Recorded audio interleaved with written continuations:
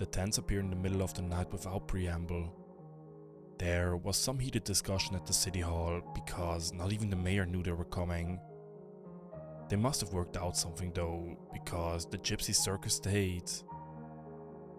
Our town wasn't big enough to support even a fair, so this was big news. That was how I found myself with my older brother Tommy and his friends that evening. I was just 15 then, and though we were in a small town, my mother hailed from Boston. There was no way she would cut me loose to run around on my own, but if she knew how bad Tommy and his friends really were, she would have known I was much better off alone. "How much money you got?" Frankie asked, punching my shoulder. Of the three older boys, I hated him the most. He regularly hit, kicked and ridiculed me, while my own brother laughed about it. He was twice my size. I was around back then, but I dreamed of the day I could stand up to him, stand up to them all. I gave him the 20 my mom had given me, but not the 5 I had tucked in my head bill. If nothing else, I wanted to sneak a candy apple later. Dad was a dentist and we didn't have things like that around my house. They abandoned me when we walked inside at Midway. I'd never been to a circus before. There weren't many rides, but huge tents loomed everywhere. Parkers told us to come one, come all, see the magnificent beasts of the wild or the horrifying freaks of nature. I laughed at that one. I'd ridden in with the freaks of nature. Still, I wanted to see a lion. They looked so majestic on television. Reluctantly, I parted with $2 and stepped inside. The tent smelled of sawdust, sweat and dung, but inside were the most fantastic creatures I'd ever seen. I picked a peanut off the ground and fed it to an elephant, then sat on a bench to await the show. The lions were my favorite part. I knew they were big, but I had never expected anything that huge. I held my breath when the lion's tamer stuck his head in one of the creature's mouth. Its incisors looked as long as my fingers. Its back teeth, which I knew were called carnossels from a book my dad gave me, worked out like scissors to cut and tear meat. No way I would ever have the guts to stick my head in there. After the show, I debated spending another $2 to watch that same show again, but I really wanted that apple. As I made my way to the food trailers, a girl called out to me, "Read your fortune for $1. The sight of her took my breath. For the rest of my life, I dream about her face. I wish that she could have seen her own fortune instead of mine that night. She didn't deserve what happened to her. I stared at her, transfixed. Her eyes were 2 different colors. I wondered if she wore contact lenses to achieve the effect in order to look more striking. One was icy blue and the other brown, like mine. The effect was jarring, even more so because she was lovely. Long black hair, full lips, dressed like a genie from a TV show with her smooth, tan belly bared. Hormones trumped hunger, and I let her lead me into her tent. She took my palm and stretched it out in front of her. She talked for a while, giving me vague predictions. Then she gave me a long look and said, "You need to stand up for yourself, do not let others control your fate." I always wondered about that later, if she really saw that. It proved to be good advice. I wish I'd heeded it. She walked me out after my reading, her hand tucked into my arm. "Well, what do we have here?" Frankie boomed. "The little monkey has a girlfriend."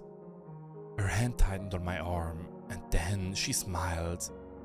"I'm taking a break." Frankie caught her arm as she tried to walk by, and Tommy and his friend James blocked her.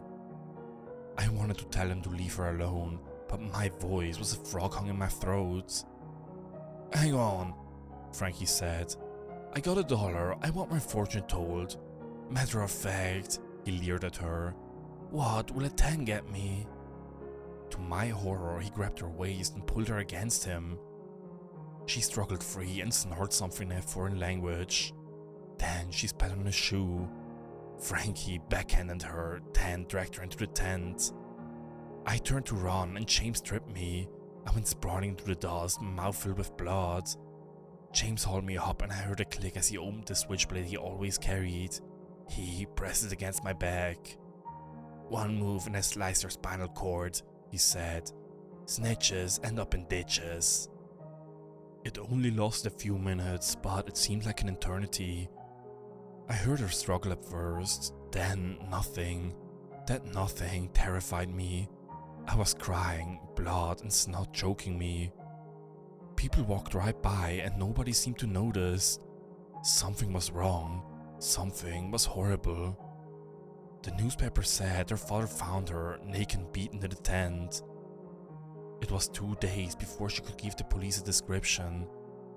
I was relieved when the police pulled up in the front of our house. "Don't you say a word," Tommy hissed, "or I swear on my life, I'll end you."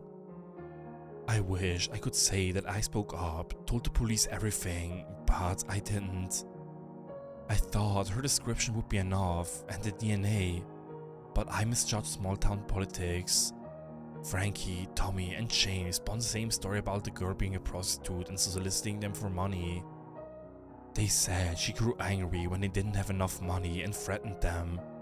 They said another gypsy had beaten her to make the story look real.